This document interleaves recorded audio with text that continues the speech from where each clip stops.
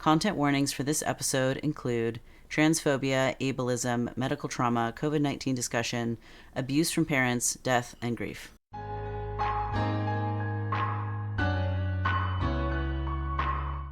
Welcome to GenderMeowster Podcast Network. Genderful is a talk show featuring non-binary and trans folks discussing various topics and special interests. We kindly remind our listeners that no person is a monolith of identities. All opinions are the speaker's own. This show airs live on Twitch at twitch.tv/GenderMeowster, and VODs with show notes can also be found on YouTube.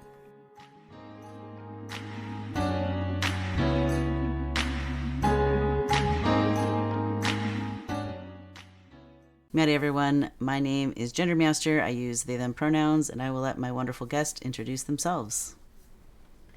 Hi, I'm very excited to be here. My name is Rook Feld. Rook like the chess piece or the bird. And yeah, I think that introduction was fantastic. I'm very nervous, but which is funny, because I'm a performer by trade, by one of my trades. So I just haven't been on stage in a while. So I'm very excited to be here. Well, nervous is totally allowed. Stimming is totally allowed in this space. Can you tell us about the cool squishy friend on your lap? Yes. Shout out to the love of my life who made this. He is from the island of misfit crochet toys. I love this. He only has legs, a torso, a head and a nose, and a gender. And it's in trans colors. For those that can't see it who are just listening later, it's in trans colors. Yeah. You thought that was a microphone before? Oh my gosh, he's so cute. Does your little friend have a name, or just honestly just a gender? I don't think he has a name right now, but I am open to suggestions. I do like naming. Names are very important to me. So I'm shocked that I haven't named him, actually. Well, I have a furry co-host today. Her name is Neferkitty. She's my emotional support animal. Like, literally, I have paperwork that says so from my doctor. She's very regal. Her 10 name and is a half. I very much appreciate her presence on this stream. We're getting suggestions in the chat that you could name your friend Squoosh. I think Squoosh is perfect. Here, I'll hold my cuddle buddy too. How about that? We'll just both have our cuddle buddies while we're doing show today. Yeah, I like this. So Rook, thank you so much for joining us, even like with last minute invitation. That was unexpected delight. There's a couple questions I like to ask all of my guests. So I'm wondering if you could talk a little bit about what are some things that you can trace back to your youth that indicated you might be trans or gender diverse one day? It's classique. That's a good question, because I think if I had somebody, if Twitch had existed and I had somebody telling me these things on Twitch when I was a child, I could have avoided a lot of self-doubt and pain. I don't know. Well, for one, I think imagination and performance have always been very integral to that for me. Like, even before I understood or had read a single word of Judith Butler, because I played pretend as a kid a lot and never stopped. And when I was playing pretend, I was never a girl. I was always, one of the other characters in the movie that we would be emulating, or a character I would make up. And often they would not even have a gender. They would have they would be some kind of extra human entity. And like my parents would just be like, my parents were actually very supportive materially when it comes to, like, shop in the boys section, express yourself how you want. And at the same time, they did fall into those old patterns of, like, oh, Rook's a tomboy, um, which is a term I kind of detest, at least for myself, because it's hardly ever claimed by the person it's being used for, in my Mm-hmm. experience. And I Yeah. think it speaks to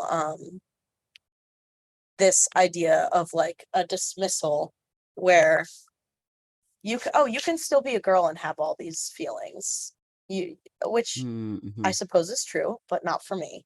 Mm-hmm. Yeah. So I think like in terms of um childhood genderful shenanigans, I think there are a lot of those. But it took me until I was like 21, I think, to change my pronouns, and until this past year to change my name. Mm-hmm. So So have you there done was a like lot. a formal name change process? I have not, I have no spoons left for any paperwork. Yeah, Um, I hear that. I totally hear that. I might like try to get someone to help me with that, like put someone else in charge of that. But there's Mm-hmm. like a lot of things that I would have to physically go and do and sign and Yeah. say. Um, Well, yeah, that totally absolutely. highlights the intersection of what it's like to be disabled and trans and like, have maybe be neurodivergent and executive dysfunction, and it's not easy to make all these No. changes for sure.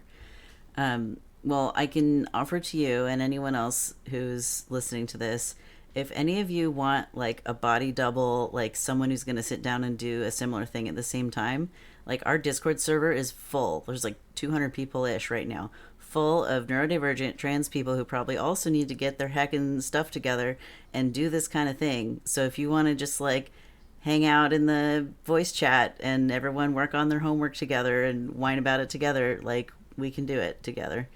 Um, I do want to yeah. do that, It and I doesn't solve the will. physical spoons, but it does give some support for the executive dysfunction and the like motivation and the like mental parts of it. Like, I can't tell you how many times I've had to have friends like help me with reading a thing, writing a thing, whatever, because my brain just did not want to that year. Oh yeah. For me it's that, but it's also more often like physical things like laundry and food and stuff. Mm-hmm. Um, Mm-hmm. Yeah. I'm yeah, there's just like the day-to-day functional things that I am told I am a bad person for not being able to do by myself. okay, Um, but that's but just not by my ADHD though. friends, but well, yeah, no, I'm not a bad person for not being able to do it. I'm a really cool person who needs help sometimes, Yeah. most of the time, all the It's time, super which fair to is, need help. yeah, it's like I would never begrudge anyone else the help that they need. And yet I have internalized a lot of messages from people I respect and Yeah. institutions I used to respect. Um, Yeah. It takes time to that, decolonize that stuff in our own minds. yeah, Yeah. yeah, that's exactly right. Yeah, I'm sure there's more to say about that, but my brain is, that's what I That's got for okay. now. That's okay. I think that being in a community of fellow folks with executive dysfunction can kind of normalize that stuff. Like for me, Yeah. it's so helpful to remember I'm not alone. And like, I don't know, I feel like there's also sort of like this generational depression because of living in late stage capitalism. Like, of course, we're all anxious and freaking out. The world is literally on fire. Like, of course, Did you we can't get our see? laundry done. Have you Right. seen the And climate? Like, r- right. And did you, I have to put in my 3 hours of climate dismay today. I can't do that yeah, thing you asked me to do. yeah. No, but yeah, actually two of the friends who are in chat here today, we were talking about the other day. Someone posted a link that was like one of these big medical institutions that we're talking about is now advising all doctors to screen everyone under the age of 65 for anxiety. Um, That's reasonable. and I'm like, yeah, that sounds about right. I am Yeah. not surprised by that. I would be surprised if we weren't all stewing in anxiety at this point. Yeah. Um, Yeah. not all There of us, I guess. there Some are of us, there's definitely someone out there who's perfectly neurotypical, but I've never met them. the mythical neurotypical. Yes, maybe. yes, Maybe somewhere. yeah, somewhere. It's my dad. It's your dad. I hate that. I hate it. He's not, though. He just thinks he is. yeah. Well, you know, life. Mm-hmm. I do. Um this is so much fun already. So in case you all didn't know, our topic has about we've got like 4 or 5 topics today, so we're just gonna bounce Yeah. around like we do. But I promise I have entire categories with titles, so we might do some things in order. But We might. We'll see. as the sound command says, we're queer. We do what we want. Yes. Okay. So Rook, can you tell us any more about how your gender has evolved over time? I mean, you mentioned like name a social transition with your name and pronouns. Yeah. But I don't know, maybe there's more about the interior journey or experience or what it's like being a trans adult that you want to speak to. Well, it took me meeting other genderqueer people to understand that, and like honestly, it took me falling in love with other trans people to understand that I am that as well in my own way. Um, I remember like some of the first they thems I ever met, and I remember that moment to this day. It's like almost Ring of Keys type shit. Uh, I don't know if you know Fun Home at all, but there's this musical by Alison Bechdel. Or well, no, sorry, Alison Bechdel wrote the graphic memoir that the musical is based on. Um, and there's a really important scene. And Bechdel, you might be familiar with her. She's most known for the Bechdel test, Yeah. which is misused constantly. But Fun Home is a great way to. It's really strides the line between revolution, like liberatory queer art, and also art that might get through to your bigoted dad, Mm-hmm. if you have one of those. uh what was I going to say about, oh, Ring of Keys? Yeah, so there's this really famous song from Fun Home, um where the little Allison, because Bechtel is a butch lesbian. The little Alice, which is like a whole, that could be a gender itself, so Absolutely. it's definitely not as clear cut as you know butch lesbians are all cis women. Mm-hmm. Not quite. But I'm not going to speculate on Bechtel's gender because I haven't actually read her other comics, which delve more into that. But anyway, she in this scene she's a kid and she's at this I think it's a diner or something with her dad, and a trucker walks in, this like butch woman with a ring of keys on her, with like boots and the lace up boots and the dungarees and the ring of keys, right? Mm-hmm. And this is the first encounter Allison has had with anyone who doesn't present as cishet. Um, Little does she know that her dad is gay, which is like what the most of the book is about. But in this moment, she doesn't know that, and so it's this revelation to her, right, where she looks at this person and sees herself and what she could be. And it's, I mean, if you want to cry, you can watch the performance. Yeah. It's pretty incredible. And I think that's like a really good example, at least for a lot of folks, of an encapsulation of that idea of self-recognition in others. I mean, that's how I figured out pretty much everything about myself that's important, is like in contrast to or in harmony with things that I recognize about myself and others. Like when I realized I was autistic, it was because I looked around and saw that like 90% of my friends were, you know? Mm-hmm. And then I asked them and they said, oh yes, we have convened the council. We've talked about this and you amongst ourselves without you already, and we agree. We just weren't going to tell you until you told us. And that's kind of how it goes, I think, for a lot of people. Absolutely. That's totally what happened. I Yeah. remember realizing I was autistic or ADHD and coming out to my friends and then being like, "Yeah, we know. We're glad you figured it out." I was like, "Why didn't you tell me?" Yeah. Like Yeah. you just don't tell people. Basically. They have to figure it out. Yeah. It's like a whole thing. Absolutely.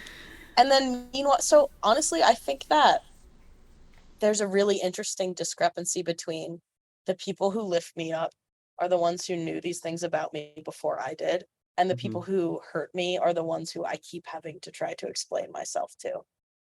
Um, Not to say that like people can't learn or that there isn't overlap between those two categories, but I find myself like screaming into a void of like for instance with a lot of the people who are in my family who I did get to choose to be in my family, Mm-hmm. as opposed to like chosen family where that's very deliberate and you're surrounding yourself with people who treat you the way you des- the way you want to be treated, not the way that they want to be treated, which Right. is I think a very important distinction. So Yes. I do have another question for you. Sure. Um, so sort of tying together some of the gender pieces in our next topic, which has to do with immersive theater. Mm. What is a gender jester? Oh, yes, that is I am that. I feel like just a little fool dancing in the court of transgenderism. Um, I love that. like I'm just doing a little dance. Um, Actually, it's less dance and more like flailing, I think. But the idea is that Maybe the it's occasional hand gonna flap. be, yeah, the occasional hand flap. It's gonna be, I'm gonna be juggling like two balls, and they're just gonna fall every time. I'm gonna just drop them all the time, and I'm probably wearing a different mask every day, and I have jingly bells on my shoes, so you always know I'm heading around the corner. is That's is what a gender gender is jester gender is. jester your gender identity today? Yeah. Uh yeah, sure. We'll do that. Or we'll do like hibernating polar bear. Nice. We have a Um, question from the Twitch chat. yeah. Um, Jake and Bakery asks, "Do you consider yourself to be gendered, and what do you think that means?" Oh, that's juicy. I do. I think mostly what that means to me is that I am gendered by external forces Mm-hmm. every time I leave the apartment, or even when I don't leave the apartment, Yeah. because all my paperwork has my dead name and everything. You know, every interaction I ever have with the medical system involves consistent misgendering and dead naming. Yeah. Yep. Yep. Um, Yep. Yep. and I mean, I don't have to explain this to you, my friend. I'm speaking to my friend in chat, Jake and Bakery. Like, I don't remember if you use the word non-binary, but we are both they thems. Um, and we don't get the luxury. I won't say luxury, but we don't get the opportunity to ever pass. Um, because which is like a whole can of worms, of course, but um, I would love it if I could go out and people would call me they them, but they don't. Right. Um, and so unless they're trans too, then they will. um, Yeah. which just comes back to like this idea of community. But that's like a constant negotiation of like, how do I want to correct them? Do I want to, you know, stick my neck out when I just know this is going to happen 50 more times tomorrow. And there's nothing I can do about that. The microaggressions are totally a thing. And Yeah. there's a big decision or a series of small decisions in every moment about whether or not one corrects. Because like I'm non-binary identified. I'm on testosterone. Eventually I'm gonna look like a dude. Like I'm gonna pass as a guy. Yeah, you're Because going to get he-himmed left and right. I know. And him If not is already. still not No, correct. that's not Um, accurate. but I will say it stings less than she her does. Because Oh, yeah, at least absolutely. people are seeing I'm some other gender than wherever I started, and it may only be Right. me who realizes that. Like, you know, Hmm.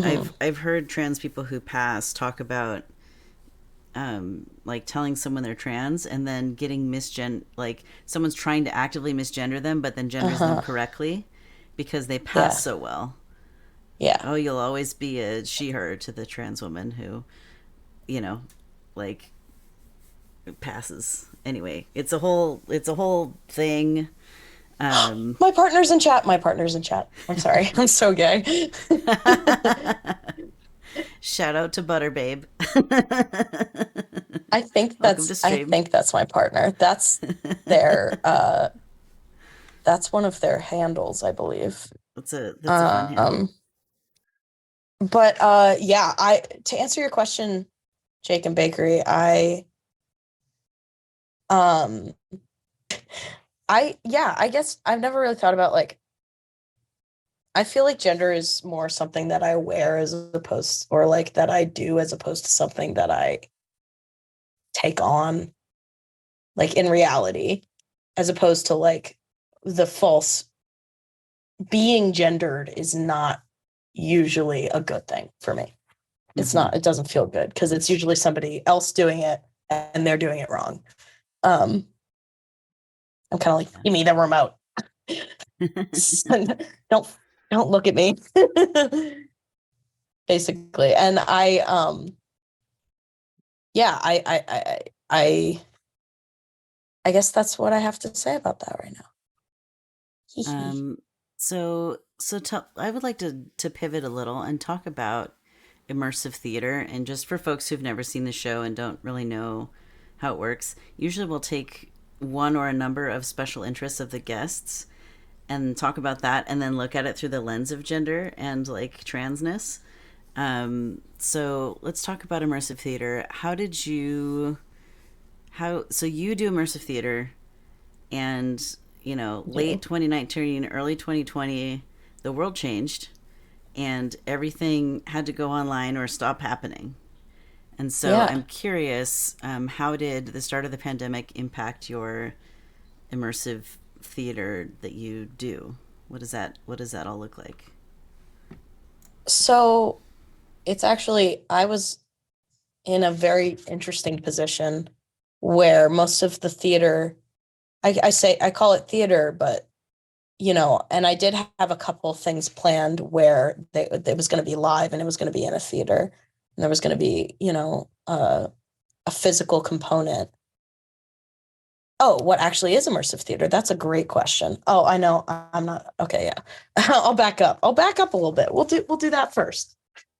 Um, I certainly won't try to define it like all by myself. I would say, it's a genre of no, it's a form of theater that involves casting the audience. In fact, we usually don't even call the audience the audience.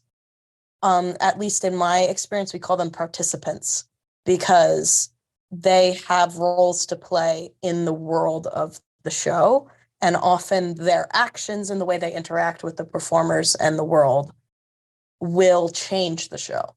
And that's part of the whole fun of it.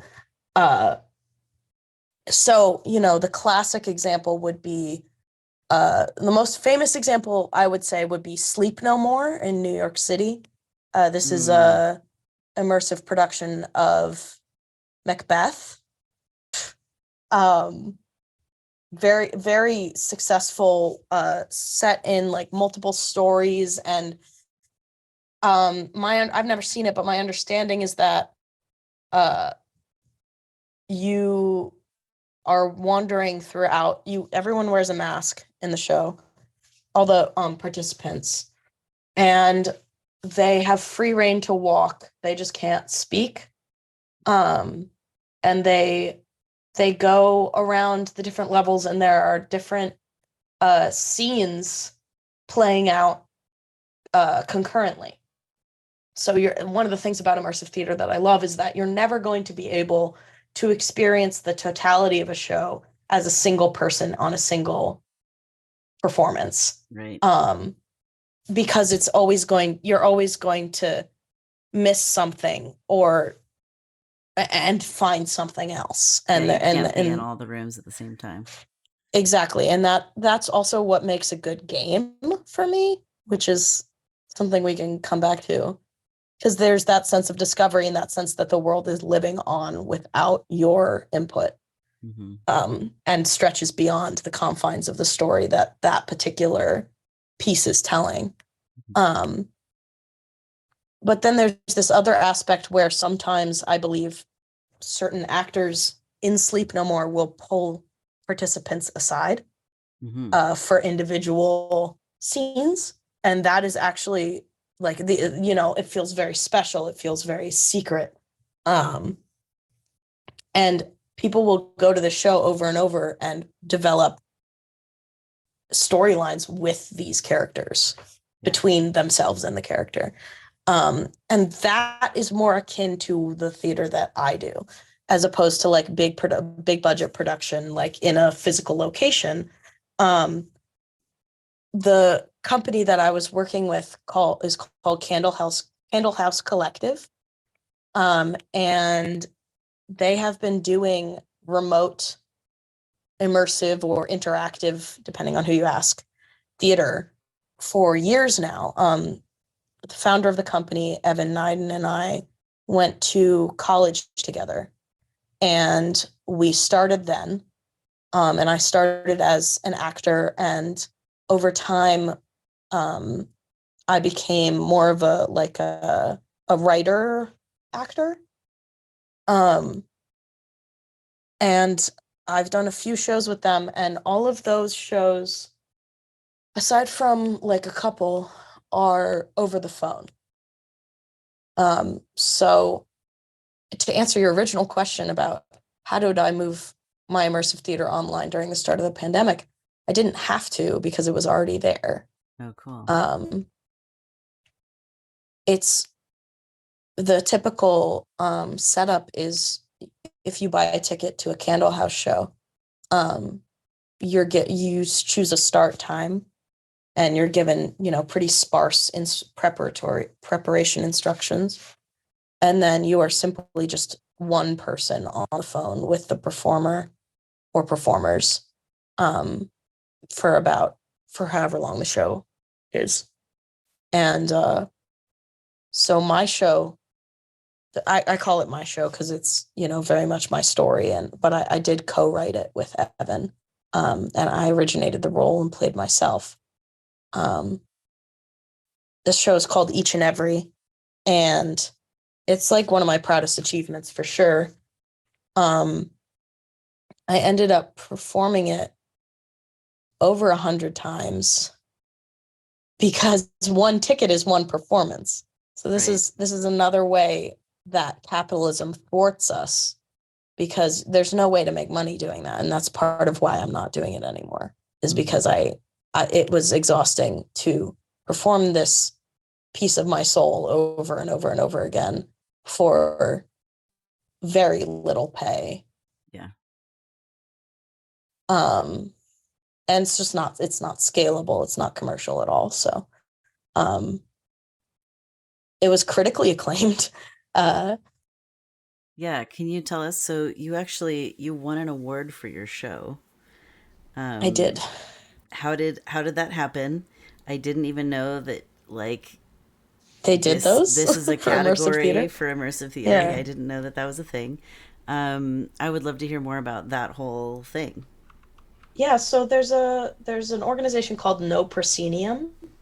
A proscenium is the front of a traditional stage.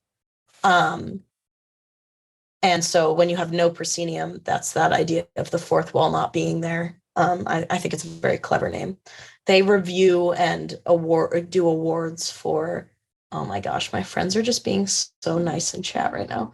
They review and do awards for immersive theater. And so I found myself in this position where the reviewers at No Proscenium were familiar with my work that I had done with Candlehouse before each and every. And so a couple of them bought tickets, and um, I did not know that I was up for the award when I received the call informing me that I had gotten the award. So it was a big moment. Um, it was a big moment. So I found myself in this situation where I was performing this show from my bedroom. Uh, and the person who got the uh, the Audience Choice Award from No Proscenium for Best Individual Performance. So I got the Critics' Choice, and the person who got the Audience Choice was a fully funded Broadway production, and I Wow. was in my bedroom on Zoom.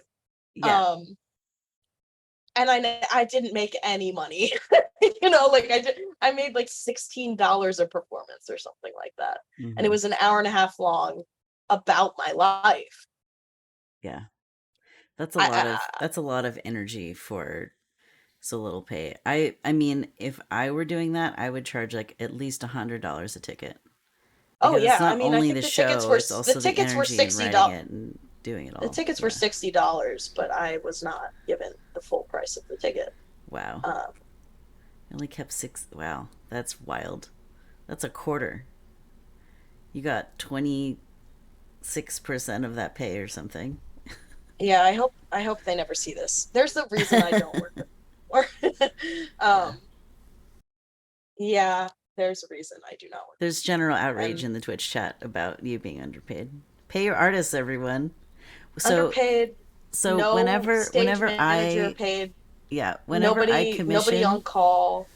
whenever I commission art, I usually pick trans and gender diverse people, and they'll quote me a Hmm. price, and then I'll try to pay them more than that because so Oh, that's what I do frequently too. gender diverse people and disabled people don't ask for their worth. And I'm like, you're my friend. They're like, I'm giving you the friend rate. And I'm like, no, I'm giving you the friend rate. Let me pay you extra. Yeah, I that's can how I do it feel. right now. Let me do it because What I I do. can right That's now. unfortunately that's why I can't commission people very much, is because I need to be able to pay them Yeah. above whatever they quote me. Yeah. Uh, yeah. It's a whole thing. People who get it get it. Yeah. So now So you I got an really want to award. revive I really want to revive the show in some form, but I don't Yeah. want to have to deal with Candlehouse. So we'll see. Right. So you'll it'll percolate and maybe one day you'll just have a brilliant plan and maybe someone will hear this and contact you through some way of getting a hold of you through your guest information. Let's see. We've Yes, got perhaps your WLO.link. Can people get a hold of you through there somehow? they should if they follow the breadcrumbs. Okay. There's also They you could also have a also Twitter and an just Instagram. DM me. Yeah, they could DM me. Absolutely. I'll plunk Um, that in the chat. It's also in the show notes, everyone. thank you. Um, But yeah, yeah, I could Rook's talk about handle that show on for a. those two Oh, go ahead. Sorry. platforms. Rook's handle on those two platforms are Boxen202, Boxen 202 on both Instagram and Twitter. So if you want to DM your ideas or do a quick little cheeky uh here's some money.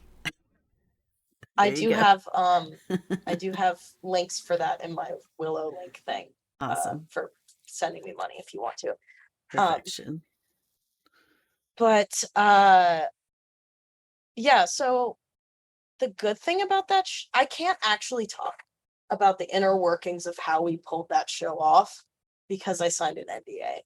That's fair. Um, and there to be fair to Candlehouse, there is no other company doing what they do Mm-hmm. as well as they do it, and there's a reason. There are several reasons for that. Some of them good and some of them bad. But suffice to say, I did know who bought tickets ahead of time.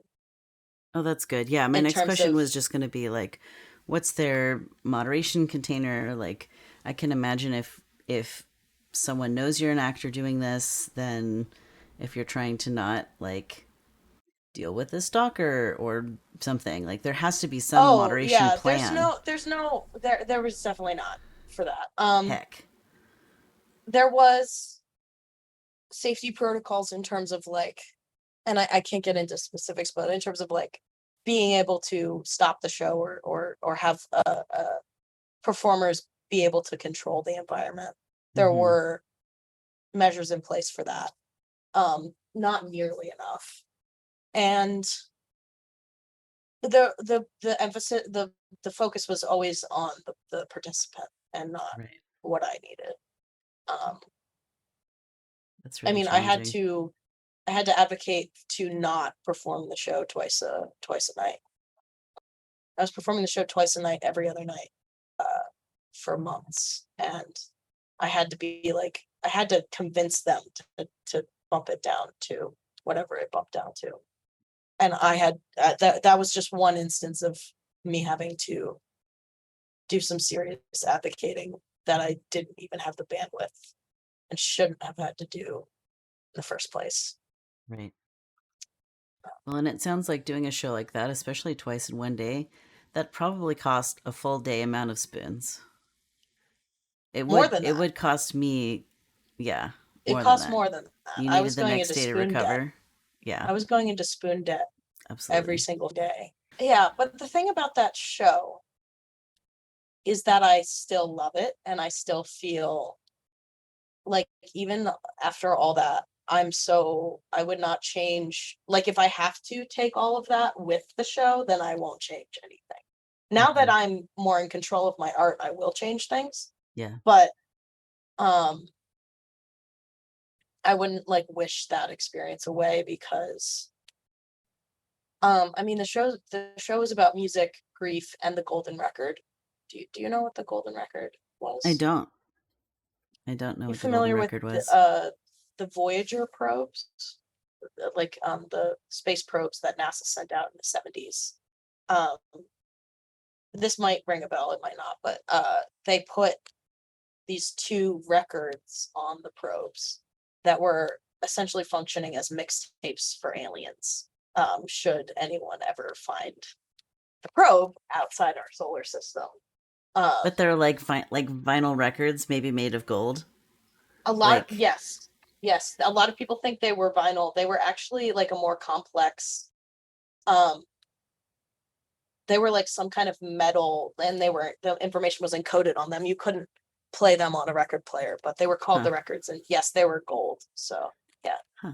Um, and etched on the outside was our location in relation to 7 different nearby stars and Wow. various like math equations and stuff.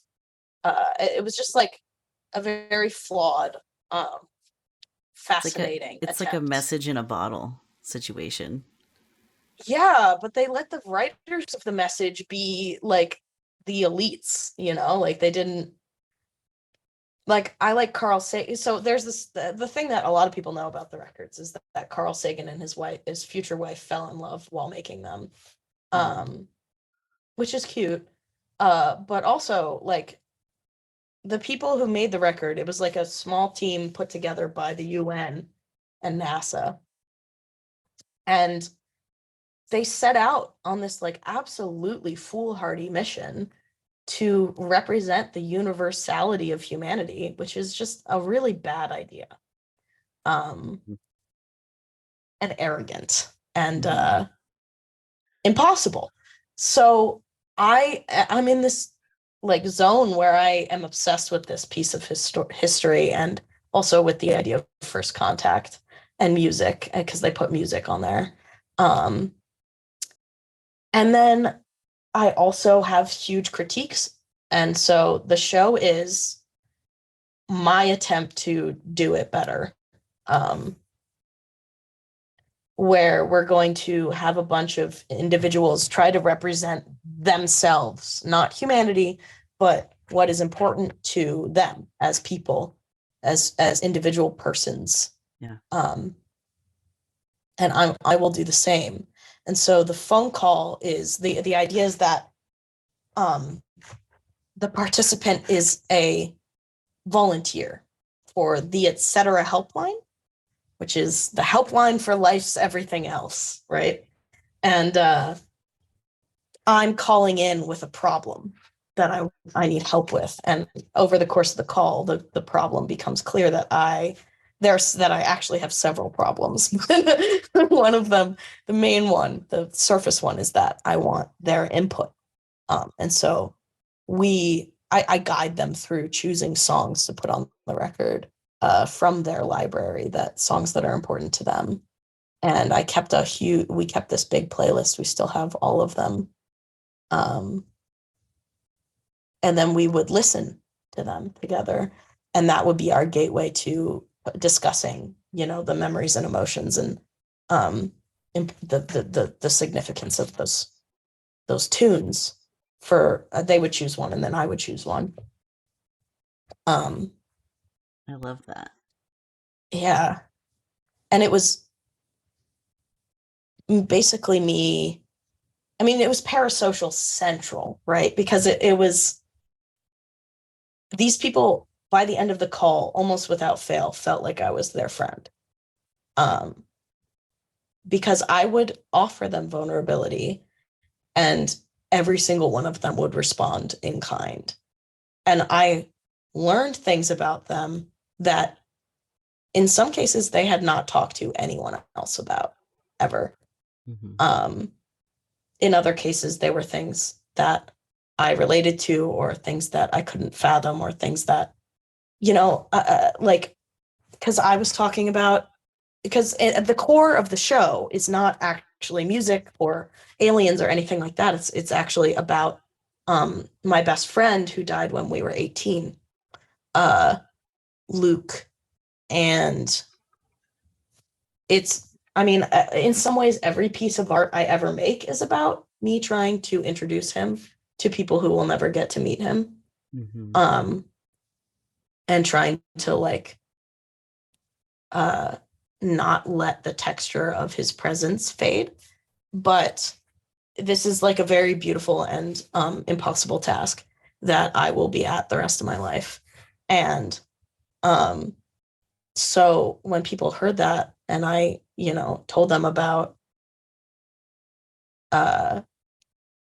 him and, all these stories and it was early on in the show that that his death was introduced as an afterthought almost. I would just throw it out there and then barrel on.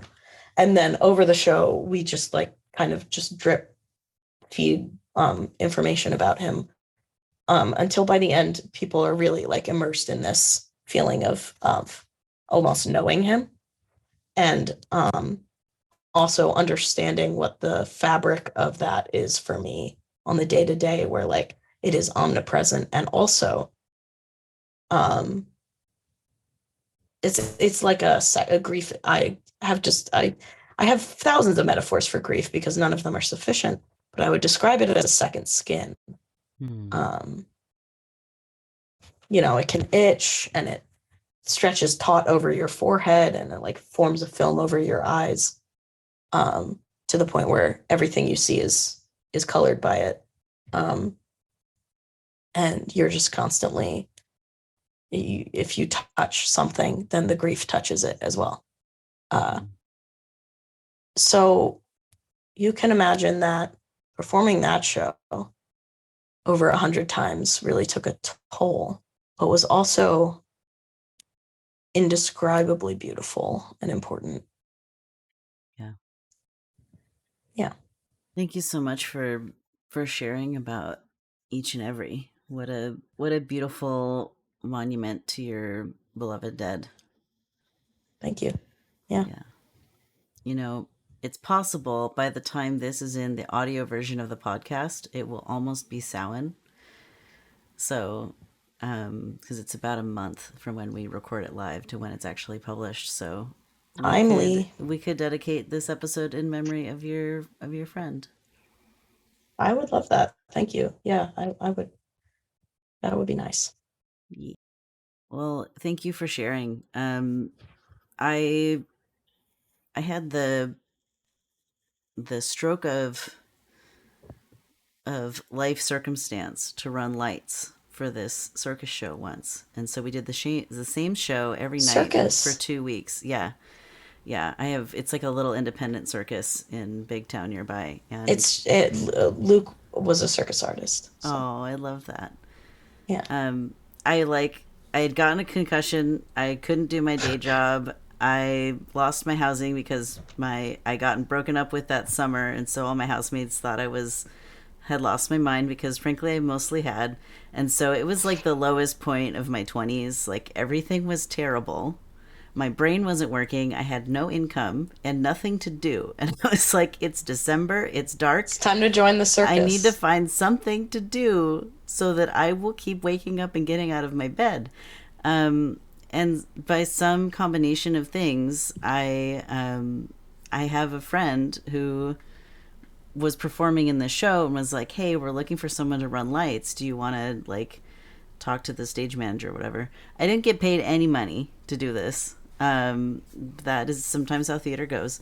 But yes, I got to, like, be in the green room and, like, run lights and see the show and, like, hear the really great music soundscaping. I was like the stage manager was doing all of the sound design, and so they were up there doing all those cues, reminding me of all my cues, and I was pushing buttons. Also not being paid, most likely. Yeah, probably. But more likely to be paid than you. Yeah. In the stage manager. Anyway, sorry, go ahead.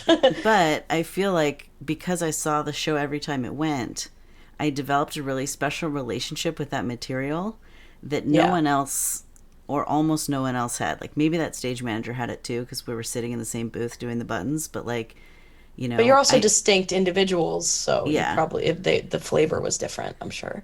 But, like, even just from, like, perspective, like, I'm up here looking at the whole show sideways the whole time, right? I'm not in the audience looking straight on. It's not front row versus back row. It's, like, 90 degrees different the whole show, all the way through, start to finish. And, like, I also got to, like, go out for drinks with the cast after every time. Yeah. And, like, whatever. Like, it's just a whole different vibe. And it Seriously. was such a beautiful show. It was called Love and Gravity. It was, like, all about, like, relationships and just the complexity and interweavings of relationship. And I'm pretty sure the whole show, either most or all of the show, was nonverbal. It was all just music and acting. But they had stories in their minds they were telling with their circus art. So if it's trapeze, if it's silk, if it's, you know, sear wheel, whatever, acrobatics, there was some clowns doing silly clown things with giant umbrellas and whatever. And so, anyways, it was really interesting to experience that show over and over and see how it went from, like, the actors' first day when they were really anxious and, like, unsure, but, like, we're just going to do our best. Like, we've trained as much as we're going to, and now it's time, to, like, the last night where we're all, like, sad it's over and it was such a great experience and what have you. And it was, like, such an injection of, like, life and goodness in this time of my life where I was just so spent, like, emotionally spent. I was so done with anything. I was done with adulting. I was done with relationships right then. Like, you know, anyways, it all turned out great for me in the long run, in case you're American and need a happy ending. Oh my God. That was a kill shot. Wow. Good job. What made you think of that? Just theater talk? Well, hearing you talk about your relationship to your show and doing it so many times, and, like, how you would have this emotional closeness with your audience, like it or, like, the parasocial relationship, it almost felt like I had a parasocial relationship with the rest of the cast. Like, there was, like, this imposter syndrome thing of, like, you know, I wasn't in all the rehearsals. I was just here at the end during tech. Like, I don't know Right. if they actually want me around or if it's just like, well, I guess they picked that person to do the buttons. But I don't know. I think I There are could. some friends I that I wasn't definitely there, made who but were in the cast. Like I was there's gonna say I wasn't there, but I would be shocked if they didn't want you there. They but kept you that's around for a reason. yeah. I mean, the stage manager maybe could have done all the buttons by themselves. I sort of felt like they were doing me a solid, giving me a thing to do, but it was really special experience. If anyone has seen the maroon hoodie that I wear like constantly, that's from the theater troupe Acrobatic Conundrum, and so I Nice. wear it because I get cold when I wear a t-shirt sometimes, but it's like it's from that group, and so it's my little token to remember that time in my life. But yeah, it's interesting experiencing theater from the like performer or producer perspective. It's a different Yeah. relationship with the material than the audience will ever understand. I have been both, obviously, but I will never understand the audience perspective fully because I have been on stage my whole life Mm-hmm. in Yeah, one way or another. yeah, Which is, has its ups and downs. yeah. So let's talk about tabletop role playing games. There's so many more fun things to discuss today. How did you get into art and designing tabletop role playing games? Um, I guess it depends on how you define a tabletop role-playing game, which is a big question. Because, like I said, I was playing pretend the whole time. And sometimes I would stop the story I was telling to my friends on the playground, and we would drop a leaf from eye height. Um, and depending on which side the leaf landed on, that would determine um whether the hero of the story was successful in what they just attempted to do. Um, this might sound familiar to some of you, as I accidentally reinvented the TTRPG wheel on the playground, and I'm sure a lot of people have done this before. Yeah, roll a leaf. Basically, it is a skill check. I love that. I had no idea. I didn't know what I was doing. I didn't know what Dungeons and Dragons or anything like that was until later. And then of course, like a lot of people, I was into D&D, and I I outgrew it quite swiftly. Actually, probably right away, cuz right away I threw out the rules and I was just like, this is the thing I know about, so this is what we're going to do. But I mean, I didn't use their world building at all. I didn't care about the book. Um so I wasn't really playing D&D. I was playing something else, and that naturally became let's make games. Um, I can't believe Gary Gygax plagiarized me. Yeah, basically. Yeah, he did, and he owes me money. Nice. He owes a lot of people money. He sucks and is dead. But okay. uh, So actually, these two hooligans in chat are part of a friend group with me, with a creator by the name of Sylvan Lawrence, who is a fantastic. Actually, both the people in Jake and Bakery and Corvid are both TTRPG creators as well, Nice. um, and we have done quite a bit of role play together. And the social link between us is Sylvan, who I would credit as like one of my one of my favorite artists, and almost certainly my favorite TTRPG creator. Um, you better go check their stuff out, everyone who's watching, all seven of you. Um, if I don't see seven more upticks in Clawhammer game sales tomorrow, I'm gonna throw a tantrum. Um, but yes, I think it was mostly Sylvan and Jay Dragon who of like Wander Home and Yaziba's Bed and Breakfast fame who um the spaces that they created allowed me to realize that this is what I want to be doing. Mm-hmm. And Sylvan and I have collaborated a couple times. Nothing released yet. Yeah, you can find them on Itch. They probably have their own website too. They're pretty spiffy. Yeah. I would suggest Athenor to start if you're looking for like a solo experience from Sylvan. But yes, that is how I got into this. And also, all my previous art and writing skills and acting skills and all that feed into it. So it just felt so natural to just compile those skills into games. So what is special about Clawhammer games?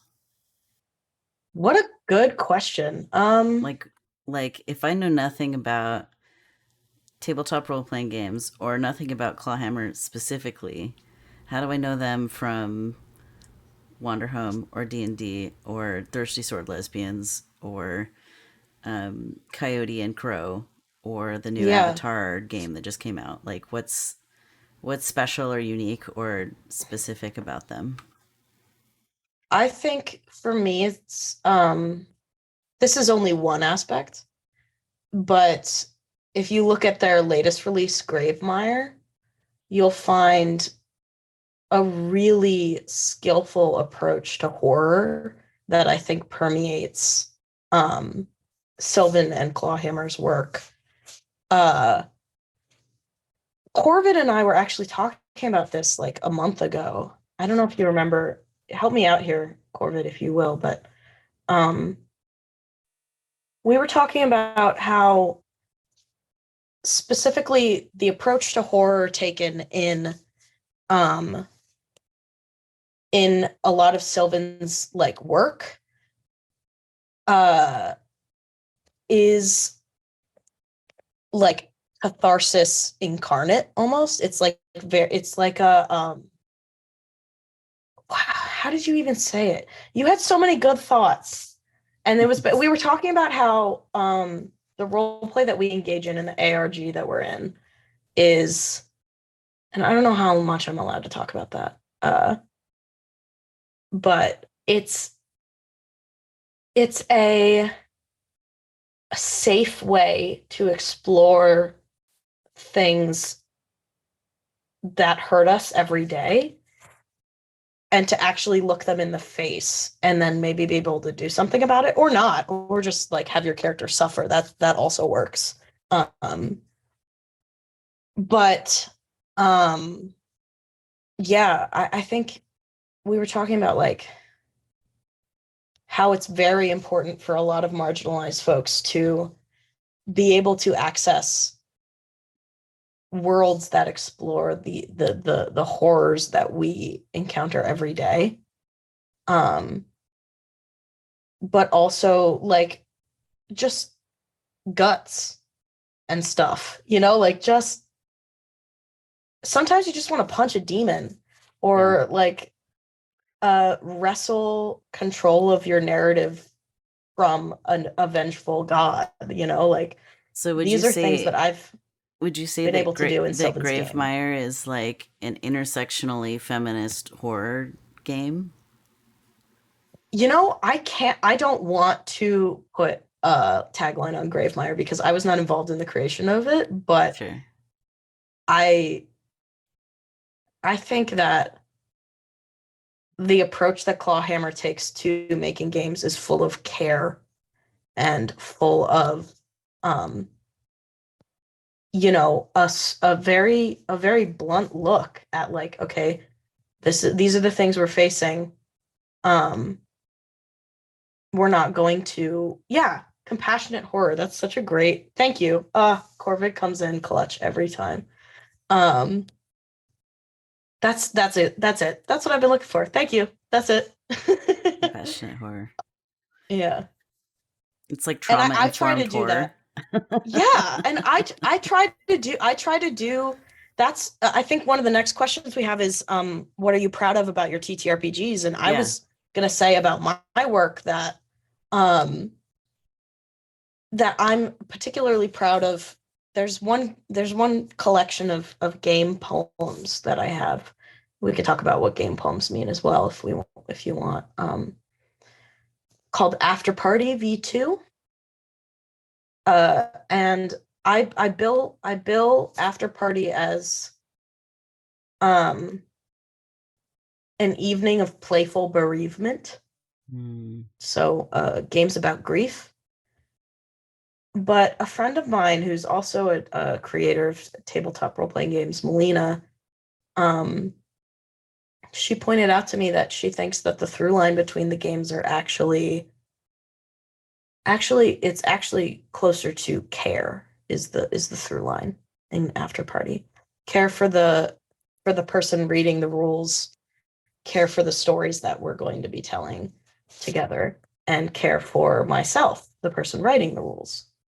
Um, so that's what that's one of the things I'm super proud of about my games is that I think there's not a moment that goes by in the creation and playing of them that doesn't involve just like a huge emphasis on accommodating and taking care of everyone involved.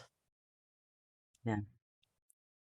We've had a number of mindful, gender diverse tabletop role playing game writing people on this show. We've had Jay Yes. Dragon, who I mentioned to you in the pre show. Hmm. We've also had Logan, also known as Ink and Stories. And there's something We are interesting that we are Logan is up to. collaborators. I love We that. are collabor we, That's so we great. we are making a game together. That's wonderful. I Yes. Logan, I don't remember if it was for the trans hecking rage jam. There's a different word in the middle there, or something else. But Logan has made one or two, like trans men are hot flavored tabletop games. I illustrated that game. Oh my god, I love that. The I did illustrations I were did so I great. real Oh my God, Yes, thank you. I love them. There's so much like wonderful body things happening in Yeah, that. It's we did a so lot of diverse and great. talking. Yeah. We talked a lot about like actually what I'm really proud of with those, besides what you already mentioned, was the angle, the choice of the above Yeah. the bird's eye view angle. Yeah. And that was my decision too. And I did have to explain. Logan was like, "Oh, I'm interested in why you think we should do that." I was like, "We're going to keep the angle consistent. We're going to change everything else about the people involved in the horizontal tango going on. Yeah. And we're not going to like. It's just going to be very. Um, there's not going to be any bells and whistles they're just going to be like in full view, basically. There's zero shame in those drawings.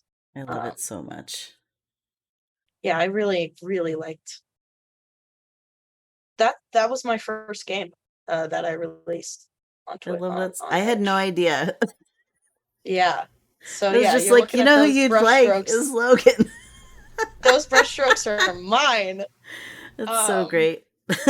but yeah, I draw erotica because I got tired of drawing clothes.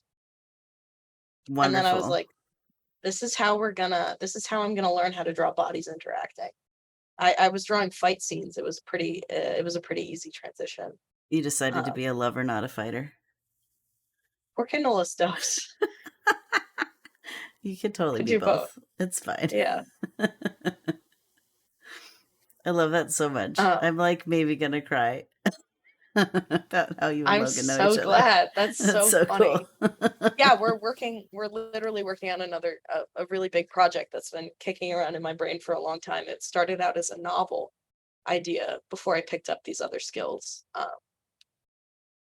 called Summit of the Living Mountain. Hmm. Um, and it's a rival heist team mountain climbing game, except the mountain is a kaiju. Oh my gosh. uh yeah, like the mountain is its own ecosystem.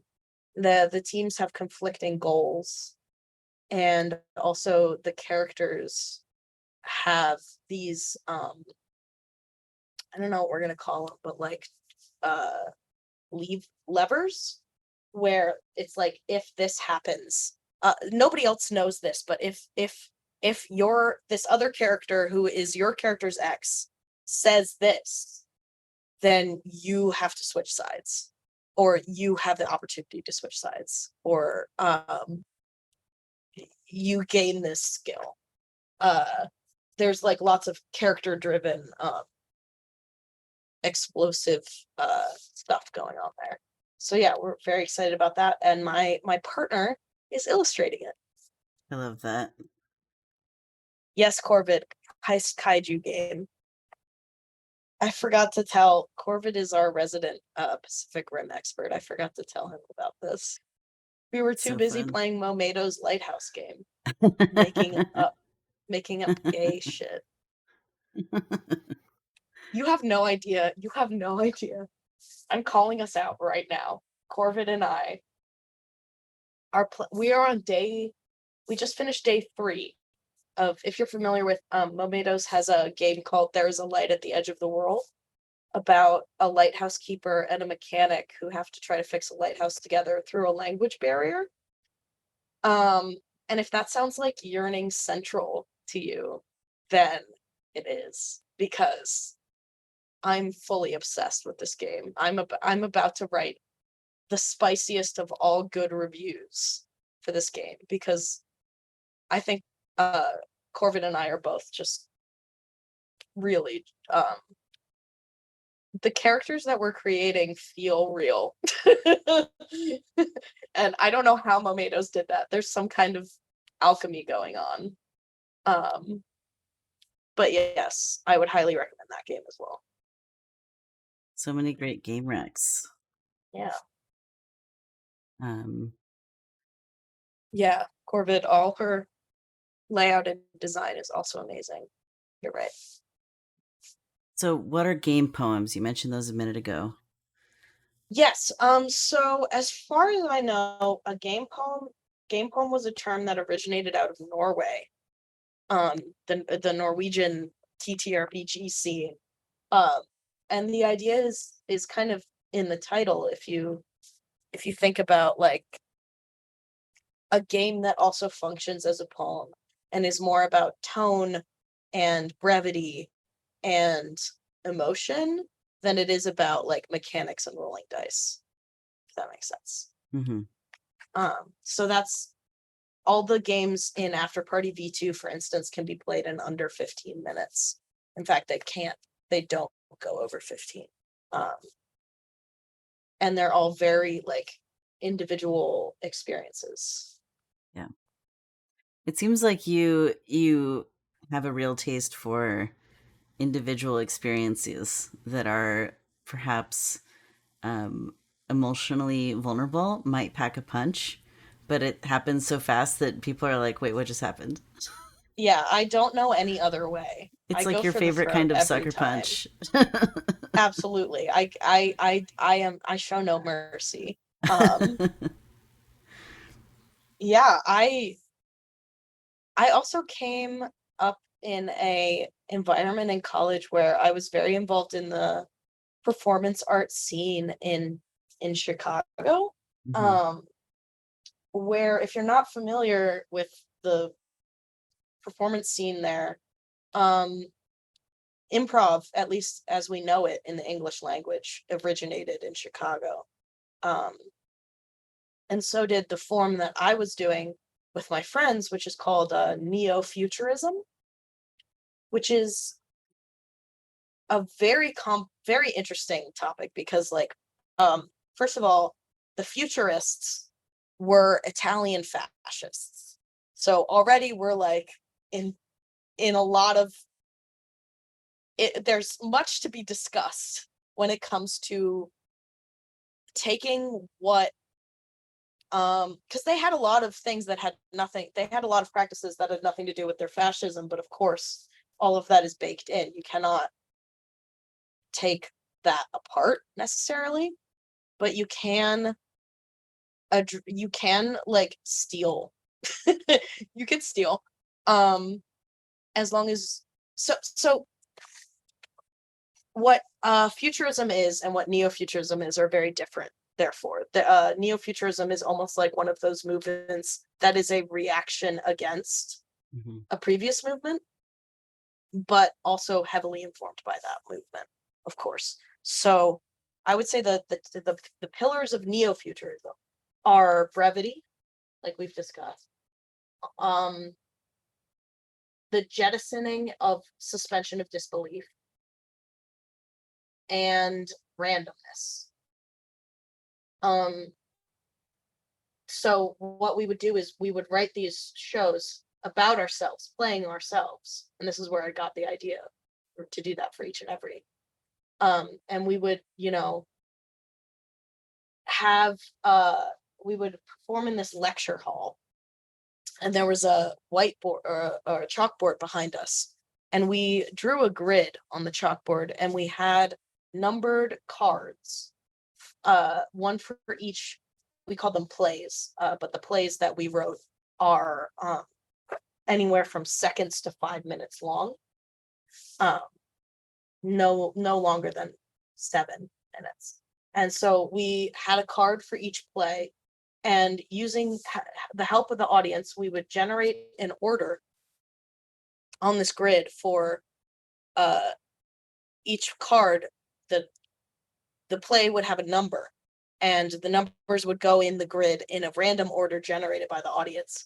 And then we would pull down the number when it came time to do that play, turn the number over, and reveal which play would be next. So the effect of that is that we don't know the order the show is going to be in, and it's different every night, which creates, an incredible amount of energy and scramble to transition between plays, but also just this electric feeling where nobody knows what's coming next, including the performers. And we were playing ourselves. We were the emotional whiplash was always a part of it, because we would have one play about, silly socks, and then the next play would be about, Luke's death or something, and then the next play would be silly again. And they were scripted for the most part, but we did have improv in there occasionally, where we would have blank spaces that didn't have plays in them. They instead had a prompt that said something like, Rook does the last play by themselves, or do the last 2 plays combined. And so, and finally, the suspension of disbelief that we got rid of meant that if something happens in the script, it has to happen for real, because if the script calls for a slap, somebody gets slapped. If somebody's taking a shot in the script, somebody's actually gonna take a shot. You can't die in a Neo's play, because then you die in real life. We don't want that. So yeah, sorry, I just went on a big tangent, but that was the idea, is that that's kind of where I got my start in performance art. And then each and every is like very easily traceable back to that. I love that. I don't know how we got on that topic, though. It's okay. My pain levels are high enough that I don't either, but there will be a VOD, so if we want to review and trace it, we can. Hell yeah. So I have one more question about TTRPGs before we pivot to disability, because I want to make sure we have time to talk about all the different things we want to talk about today. How does your gender identity intersect with your love of tabletop role playing, your participation, your game design? Like, what does it look like when you slap that lens onto tabletop games? Well, very concretely, I got my name from a character. I stole my name from a tabletop character that I created for a Monster Hearts campaign. I was playing a changeling, a fae, and so I stole my name. I stole my name from a fae. A little Uno reverse card there. Don't tell the Don't tell the Fairy King.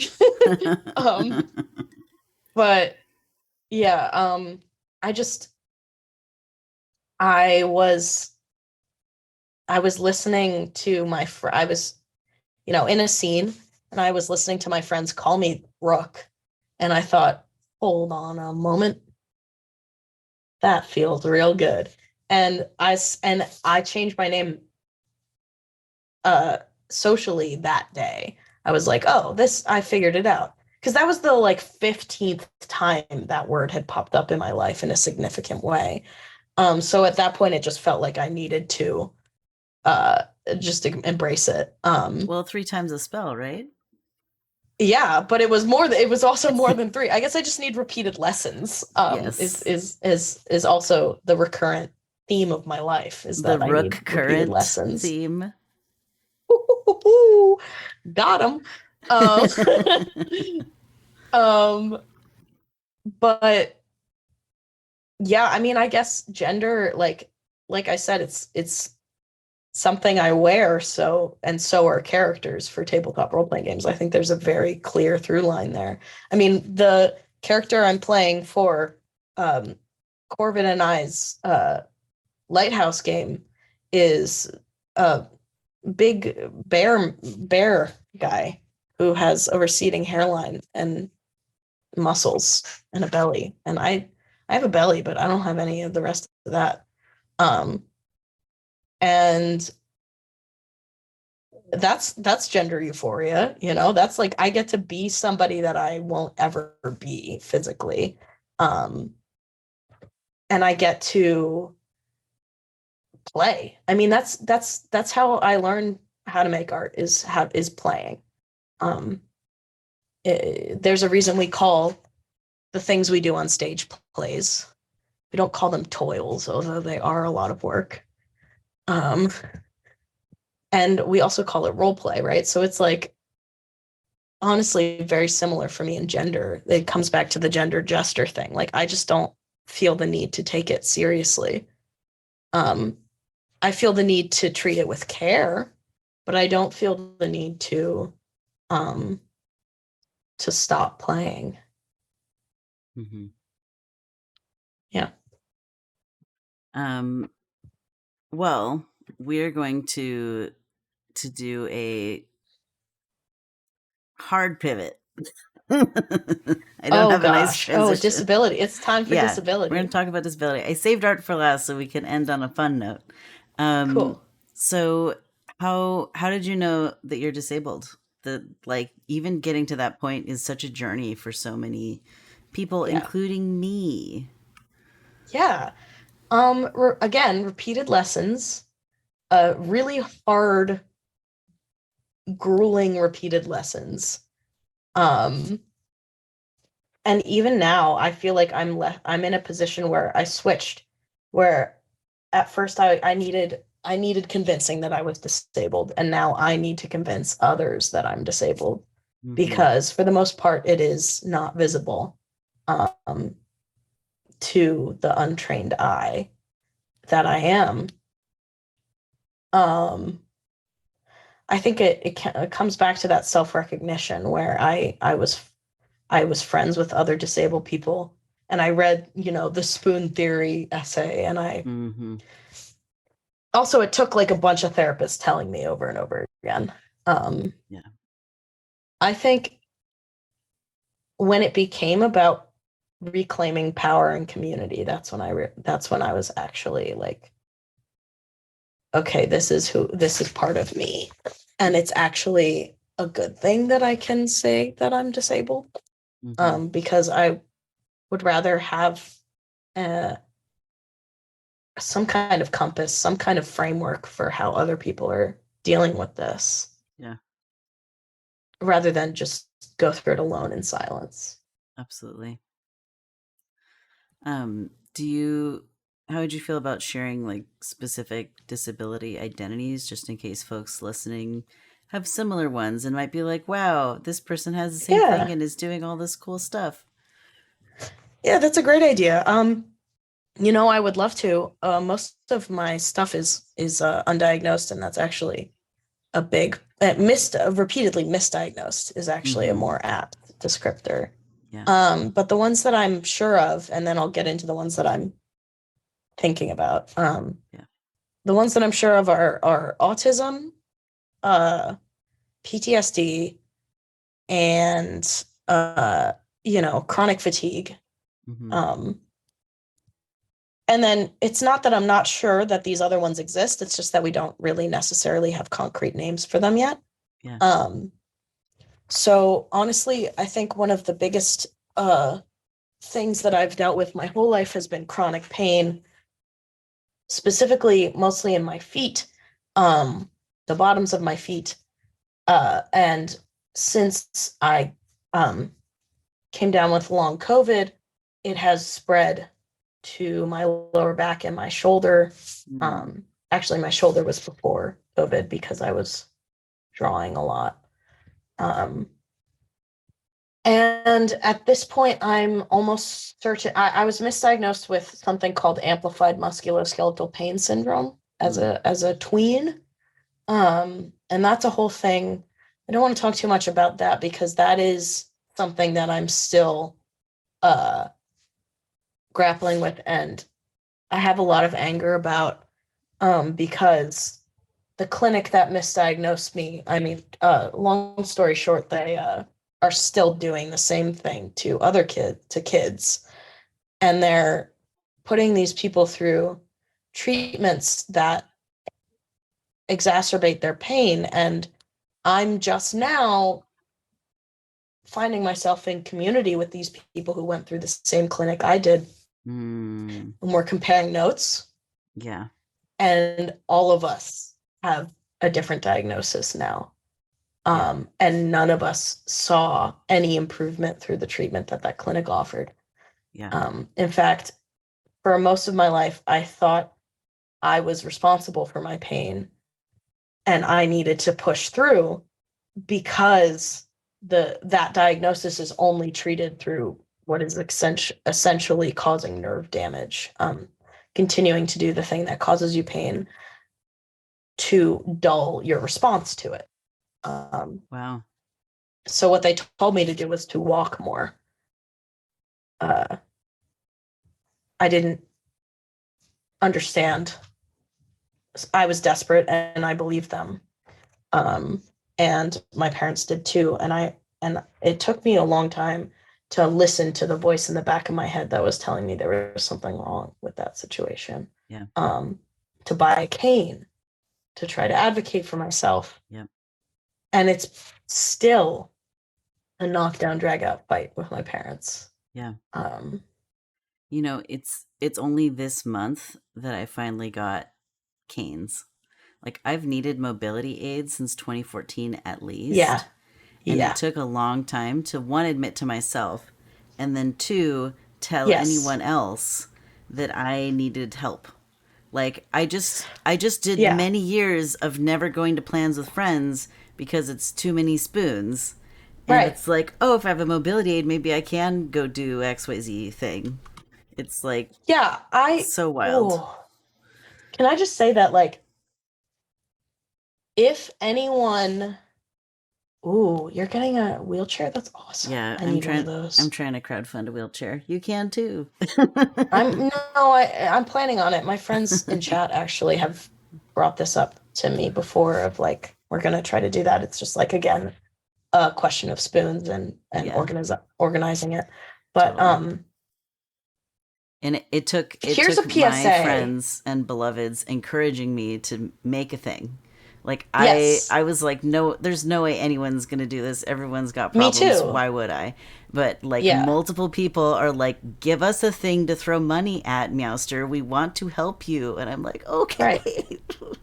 Right. So I made a thing. Good.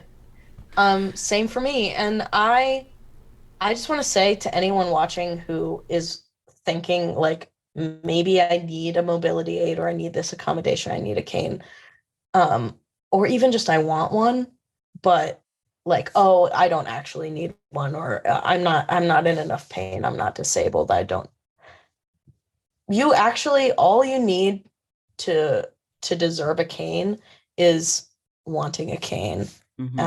So you should probably just get one, because it's like, honestly, I think for a long time I was telling myself I'm not disabled enough to need these supports. And I think that's a very common experience because of, Yeah. the messages that we're inundated with day in and day out. Yeah. Especially people who are, ambulatory wheelchair users, or Exactly. Invisible other, disabilities that you can't see. Who gives a it's gonna make you look sexy, so you should get one. My new canes are a rainbow. They're very fun. Good. I have one for each arm. They have these cool like things that go here. Oh, that's that's awesome. So They have the fun. like the C the like things. Yeah, that's great. Yeah. So they, I was literally in the garage talking to my spouse yesterday, and she was doing something, and she was telling me about her project. And at one point, I said, "Honey, I need to either go get my canes, or we need to be done talking, because I have stood here as long as I can." And she was like, "Okay, bye." Yes. It's like, "Okay, bye." Yep. You can info dump to me when I'm sitting on the couch later. Yeah, that's I mean, and my partner is also like, I can't stress enough how they have been like my biggest support and advocate, and they just make me feel like I can handle it. Yeah. Yeah. So how do you feel like the pandemic has impacted your disability? Oh gosh. It's like the heaviest question I have today that I can think Well, of. well, I mean, there's the material impact of like long COVID exacerbating every single thing that I already was dealing with, plus adding new fun challenges.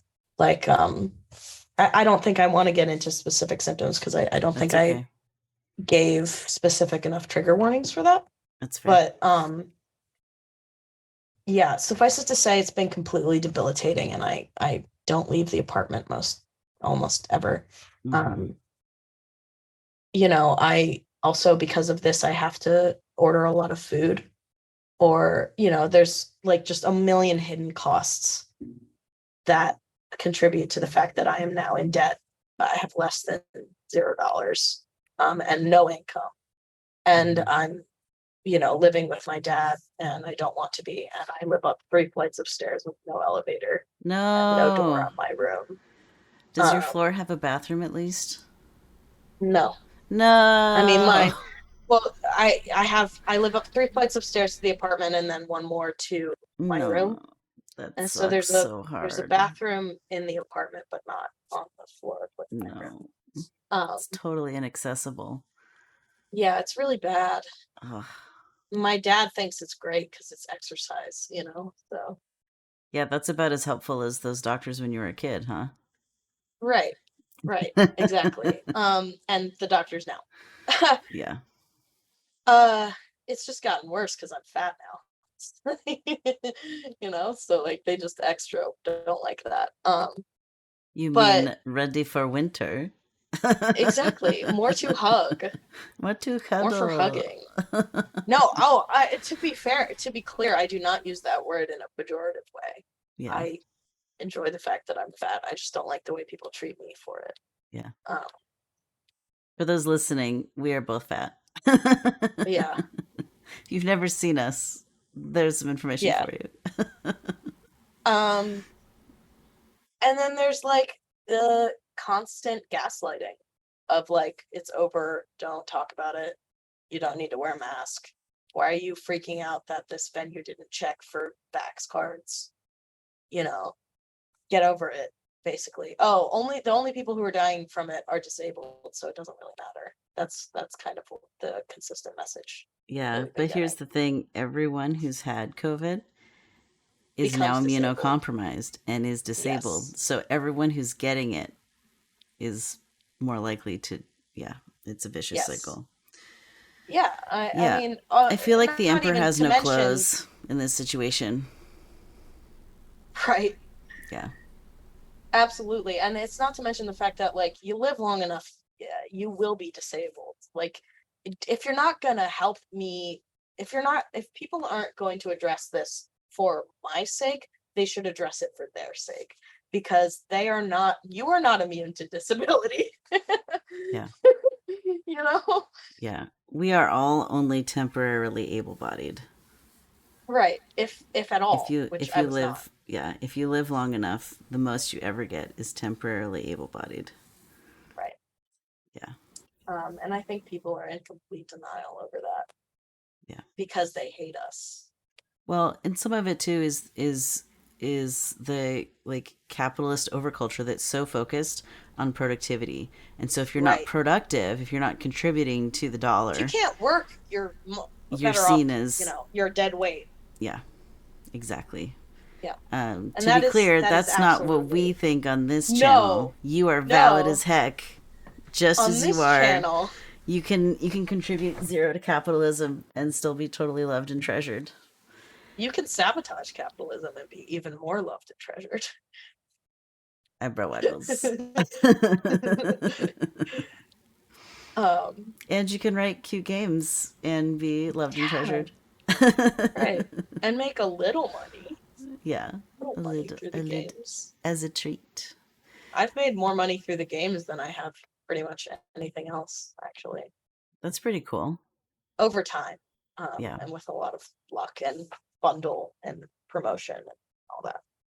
Um, So, what would make your life easier? Like, if people are listening to this and are going, "Oh gosh, uh, microaggressions around gender and inaccessible stuff is all so terrible," what, like, if someone needs like a call to action, what could they do to well, make your life easier? the number one thing for me, I mean, I acknowledge this is not at most people probably listening aren't able to do this. So it's not on you to do this. But if I had money, maybe like 60% of my problems would disappear, and then like the remaining 40 would get better. Yeah. It's so wild how much of this is traceable back to capitalism. Mm-hmm. And so, if you can't toss me a few dollars, obviously I understand, because I also cannot toss me a few dollars. um but Yeah. at the same time, you could download my games for free and leave a review. I always have community copies available infinitely forever, because I don't want people like me to not be able to play my games. Yeah. um uh if you want to, I mean, for just for helping me specifically, there's that stuff, but there's also like, just, I think, bolstering your community, like getting to know your neighbors type, where you like you your neighbors and also your like digital neighbors. Um because honestly, I don't think anyone's going to help us but us. Mm-hmm. At this point, that's been made clear. Yeah. So if you need to do something, do it in community, and don't do it alone, because we're much stronger when we have each other's backs like that. Yeah. Yeah. Well, and for me, that's part of the value in organizing a community. Like Mm-hmm. it's like, not only is there the emotional support piece, there's also like direct mutual aid in terms of mentorship, right? We don't always have Yeah. the dollar to pass around, but often we have experiences we can share, or hey, have you heard of this law? Have you heard of this resource? Would you like to sit in a call together and talk about totally unrelated things that are not the hard thing you're going through with someone who understands the hard thing you're going through, because it Right. hits different when you vibe It with someone who does. gets it. It's there's just a lot of elements of community that I think are so important. Yeah. Yeah. So I really appreciate what you're doing here. This I, is pretty much the gist of it. more of this is what's going to make my life easier. Actually, I'm not joking at all. This is fully what I need. Well, if anyone listening to this later is interested, I'll put the Discord link in the resources pile this week. I don't always put it there because it feels too promo-y to put all the things always, um, but I'll include it this week. So we've got a wonderful little community. We'd love to have you. Yeah. So, okay, I'm just going to ask one art question because then I still have my 3 regular closing out questions to ask. Aye. So I'll keep it brief because I am, the battery is draining. okay.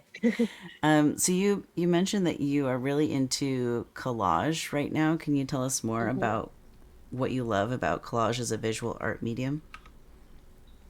I've always loved the idea that like ethical theft and then repurposing junk to make art is that's just that's totally my jam. Mm-hmm.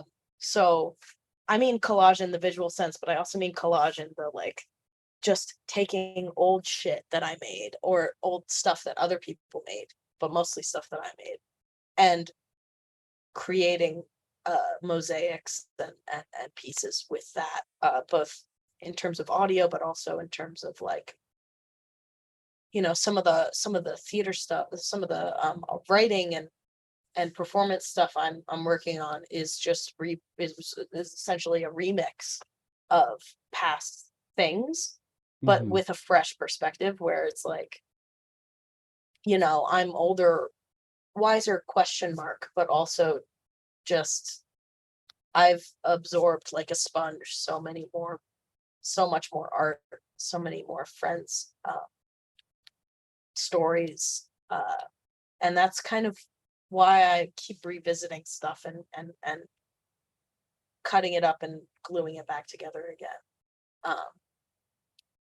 And also, I'm trying to kick off this project at some point where I work very closely with an individual trans person who wants a collage made of them to represent what gender euphoria is for them.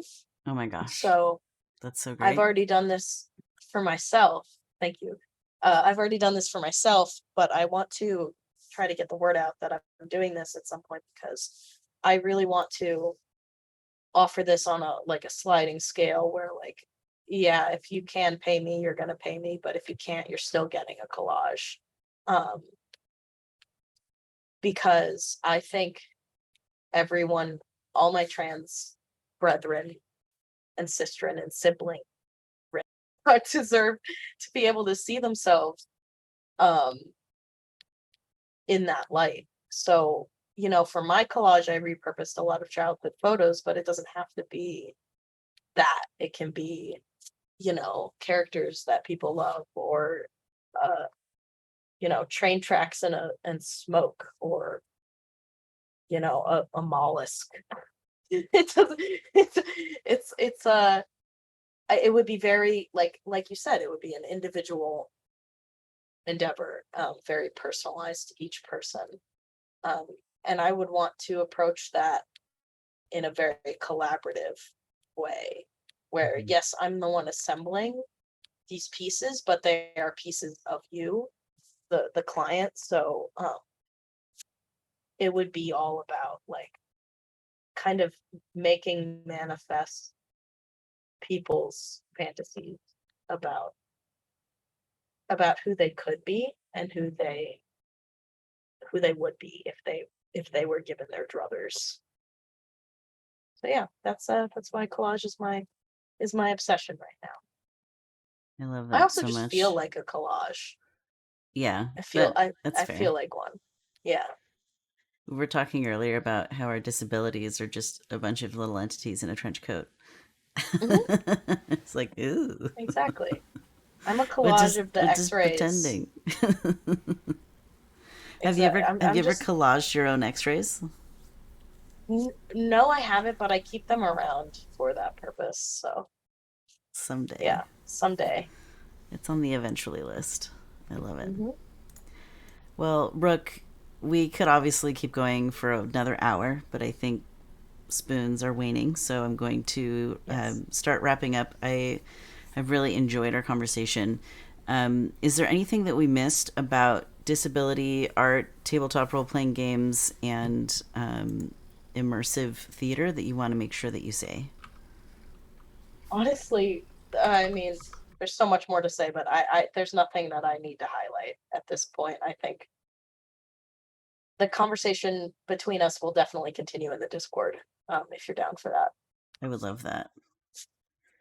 Um, yes. Friends, I see at least one person has already joined the server. Thanks for joining us. And if you're listening to Yay. this later, the invite goes to you as well. You didn't have to be here on Twitch in order to jump in and enjoy the conversation later. Yeah. So, Rook, can you share an experience with gender euphoria? You mentioned your collage. So that's one Mhm. example. I wonder, do you either want to maybe expound on that example or give a different example of gender euphoria? Yes, I was in a terrible, terrible play in college called Mary Stuart about Mary Stuart, the Queen. And I was playing this guy, this like groveling, sycophant courtier named Davison. But for some reason, they decided to go off with my costume and they put me in all leather. And I remember standing in front of a mirror, and I wasn't even using they, them at that time, but I was looking at myself in the mirror. I was like, there's something here. Yeah. I look good.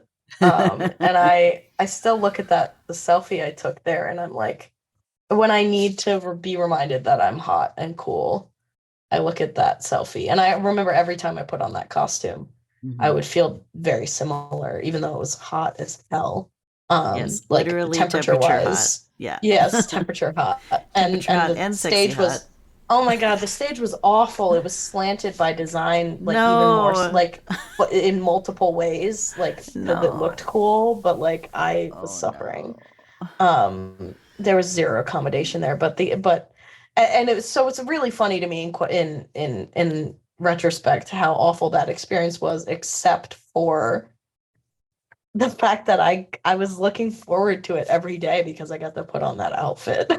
So I guess gender really is something I wear. I love that. Yeah. Um, I got a pirate costume this summer, partially inspired by Logan's picture in a pirate costume, and I was Oh like, my Logan God, is so yes. sexy and cool in that pirate outfit. I want to be sexy and cool like Logan. So I totally got one and took pictures, and I feel totally hot in it. So there is something about a good like Yeah. retro period piece outfit to make a person feel good looking. Oh, do not get me started on pirates and gender. Don't do that. Not now. Not at the end. Well, there is a game you could try called A Pirate's Fate. It's written by a gender diverse person, and at least one of the storylines turns you into a trans guy. There's a lot of transformation stuff that happens in this story. So, Fantastic. I will check it also, out. there's a lot of like furries, like animal people. So it's Good. who doesn't want to play that? It's a great time. I do. I want to play that. TF Wright wrote that game and has been on the show and gifted me a Steam key to play it on stream once, and I did, and it was very Oh, fun. So I am so pleased I get to meet so many cool people with the show. It's like it's an embarrassment of riches for me. Okay, so my last question is, what would you like to make sure folks know about your perspective on gender and non-binary / trans issues? I think it's been said, but just I want to emphasize that I'm just one person. And you even said in your intro that nobody's a monolith of their identities. No, nobody speaks for the totality of their community. Um, so I just want to say, like, if anyone who's listening recognized something of themselves in what I said, um, that's fantastic. But also, if you didn't, if your experience contrasts with mine in any way, like, that's also fantastic. Not so much if it's, you know, an experience with oppression. I wish we didn't have to deal with that. But I guess I just want to note how, yes, I feel like I am a prism refracting the light of everyone who's ever like interacted with me. But also like everyone is kind of beaming out of a very different frequency, if that makes any sense. Like I don't want to represent anyone but myself. Mm-hmm. Yeah. Yeah. Well, thank you so much, Rook, for being on the show. For those of you who haven't seen the promo doing things in the chat, Rook uses they them pronouns and is a white disabled queer artist living on Lenape land. They're also a gender jester. Their work can be found at https://wlo.link/at Rook the Gremlin. That information, as well as a bunch of the resources we've mentioned throughout this show, will be in the show notes. So down below, either on YouTube or on the podcasting platforms, it's in all those places. And yeah, so next week's guest is going to be Phelan, they, them pronouns. We're going to be discussing their YouTube channel, Queer to Help, and I believe Phelan is in a very different time zone from me. So there'll be some interesting sort of international perspectives that we're going to get, which should be super fun. Genderful would like to thank our guests for being on this podcast. Feel free to join us live on Twitch on Mondays, check out the replays on YouTube on Fridays, and keep an eye on your favorite podcasting platforms for edited audio-only versions. As Neferkitty says, trans rights are human rights. That's right. Thank you, everyone.